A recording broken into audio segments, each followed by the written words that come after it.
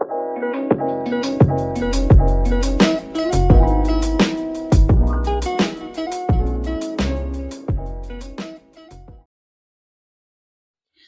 جايز، اليوم غادي نديرو الطريقة ديال زبدات الفول السوداني.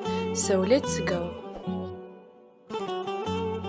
بالنسبة للطريقة ديال التحضير، كناخدو ربعة ديال الكاوكاو احمر، من بعد كنديروه في الفرن، كنخليوه يتحمر شوية حتى كيولي اللون ديالو ذهبي.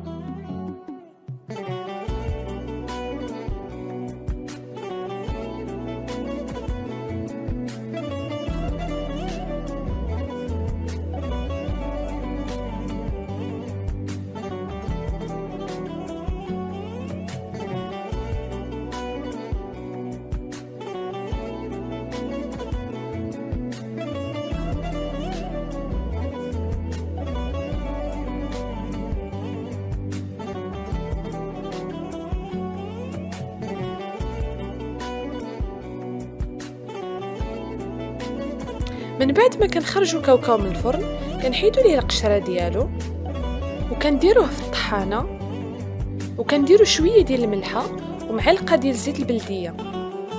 وبالنسبه للسكر اختياري، يعني يمكن لكم ديروا السكر يمكن لكم ما ديروهش. ومن بعد كنطحنوا هاد المكونات.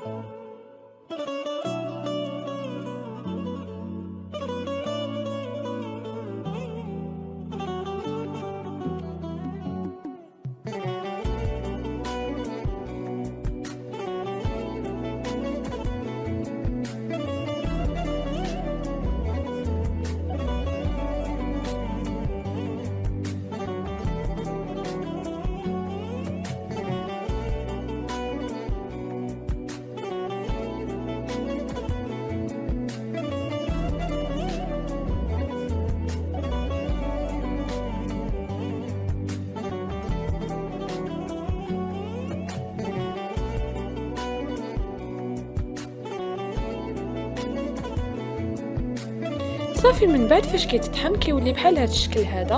وبالصحه والراحه، ما تنساوش ديروا سبسكرايب ولايك للقناه.